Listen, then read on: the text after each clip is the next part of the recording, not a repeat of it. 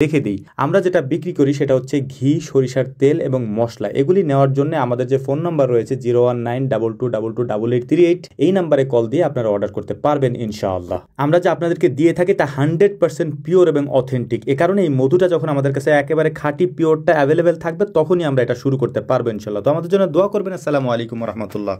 আসসালামু আলাইকুম। বেশ কয়েকদিন আগে আমরা আমাদের কচু ক্ষেতের মধ্যে যে পানি আসে, বর্ষার পানি, ওই পানিটাকে বেড়া দিয়ে আটকে রেখেছিলাম যাতে করে এখানে যে বাহির থেকে মাছগুলি আসে ওই মাছগুলিকে আমরা আটকাতে পারি। এখন পাথারের পানি প্রায় শুকিয়ে যাওয়ার পথে এই মুহূর্তে এই জায়গাটা থেকে আমাদের এই ময়লাগুলি অর্থাৎ কচুরিগুলিকে পরিষ্কার করে এখানে যে মাছগুলি রয়েছে ওই মাছগুলিকে আমাদের ধরতে হবে। এজন্য সকালবেলা সজীব মামা সহ আমরা বেশ কয়েকজন ওখানে গিয়ে উপস্থিত হয়েছি ওখান থেকে মাছগুলিকে ধরার জন্য। পাথারের পানি যেহেতু শুকিয়ে গিয়েছে সব জায়গায় এখন মাছ দেখা যাচ্ছে। এখানে বেড়া দেওয়ার পর আমরা এখানে নেমে দেখিনি যে এখানে পানি কতটুকু। রাস্তা দিয়ে যখন আমরা যাতায়াত করি তখন আমাদের কাছে মনে হয়েছিল যে পানি মনে হয় অল্প আছে, আমরা কয়েকজনে মিলে বল বা গামলা দিয়ে এটাকে সেচে ফেলতে পারবো, কিন্তু আমাদের ধারণাটা একটু ভুল ছিল।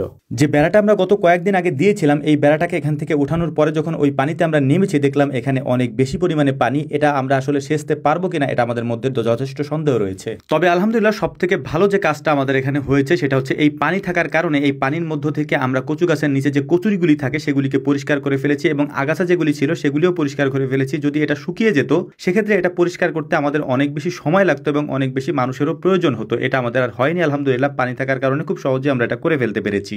আমরা যে বলগুলি সাথে করে নিয়ে এসেছিলাম এই বল দিয়ে অনেকক্ষণ পর্যন্ত পানি সেচে আমরা দেখলাম যে এখান থেকে পানি কমাতে পারি কিনা, কিন্তু বিন্দু পরিমাণে পানিও আমরা কমাতে পারিনি। যদিও পানি কমেছে কিন্তু আমাদের কাছে দৃশ্যমান হয়নি যে পানিগুলি কমতেছে। এ কারণেই বাধ্য হয়ে বাড়িতে গিয়ে আমরা মেশিন নিয়ে এসেছি। এখন এই মেশিনটাকে দিয়ে এখানকার পানি আমরা সেচার চেষ্টা করব যাতে এটা দ্রুত আমরা করতে পারি। আর না হয় এখানে আমাদের একদিনের বেশি সময় লেগে যেত যদি আমরা বল দিয়ে এটা করতে যেতাম। একদিক দিয়ে পানি সেচার কাজটা চলছিল, অপর দিক দিয়ে দেখার চেষ্টা করছিলাম যে বাকি আমাদের এই কচু ক্ষেতের মধ্যে মাছ কেমন আছে। যদিও এখানে মাছ তেমন একটা নেই যতটুকু বুঝতে পারলাম। এটার অন্যতম একটা কারণ হচ্ছে যেহেতু বর্ষার ওই সিজনে আমরা এখানে বেড়া দিয়ে আটকে রেখেছিলাম, তাই পানি যখন এই জায়গা থেকে নেমে গিয়েছে তখন এখানে বাহিরের মাছগুলি তেমন একটা ঢুকতে পারেনি। এটা আমাদের একটা ভুল ছিল যদিও, কারণ আমরা যেখানে বেড়া দিয়েছিলাম এই জায়গাটা একটু গর্ত টাইপের। এখানে স্বাভাবিকভাবেই অন্য জায়গা থেকে মাছগুলি এসে, অর্থাৎ যেহেতু এখানে পানি থাকে বাহির থেকে মাছ এখানে আসতে পারতো, কিন্তু বেড়া দেওয়ার কারণে সেটা আর আসতে পারেনি। তো পানি সেচা হয়ে যাওয়ার পর আমরা কয়েকজনে মিলে মাছগুলিকে ধরার চেষ্টা করছিলাম। এখানে আহামরি তেমন একটা মাছ নেই। তো মাছ তা না থাকলেও আমাদের সব থেকে গুরুত্বপূর্ণ যে কাজটা এখানে হয়েছে, আমরা যেটা করতে চেয়েছিলাম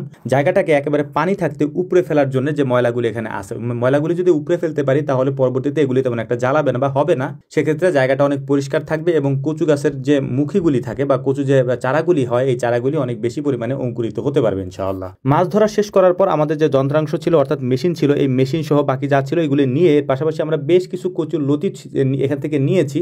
এগুলি নিয়ে আমরা পুকুরে গোসল করে ধুয়ে পরিষ্কার করে বাড়ির দিকে যাচ্ছিলাম। তখন দেখতে পেলাম যে পাশের এলাকার কয়েকজন ভাই চাক থেকে মধু কেটে নিয়ে বাড়ির দিকে যাচ্ছিল। তো ওনাদেরকে বললাম যে মধু আমাদেরকে দিয়ে যান। তো ওনারা মধু দেওয়ার জন্য দাঁড়িয়েছেন, আমরা গোসল করে ওই মধুগুলি সংগ্রহ করার জন্য যাবো। এখানে একটা কথা আপনাদেরকে বলে রাখি, আমরা মূলত মধু বিক্রি করি না, কারণ আমাদের এখানে মধু তেমন একটা হয় না, খুবই অল্প হয়, সেটা আমরা খাওয়ার জন্য রেখে দিই। আমরা যেটা বিক্রি করি সেটা হচ্ছে ঘি, সরিষার তেল এবং মশলা। এগুলি নেওয়ার জন্য আমাদের যে ফোন নাম্বার রয়েছে 01922222838, এই নাম্বারে কল দিয়ে আপনারা অর্ডার করতে পারবেন ইনশাআল্লাহ। আমরা যে আপনাদেরকে দিয়ে থাকি তা 100% পিওর এবং অথেন্টিক। এ কারণে এই মধুটা যখন আমাদের কাছে একেবারে খাঁটি পিওরটা অ্যাভেলেবেল থাকবে তখনই আমরা এটা শুরু করতে পারবো ইনশাআল্লাহ। তো আমাদের জন্য দোয়া করবেন। আসসালামু আলাইকুম রহমতুল্লাহ।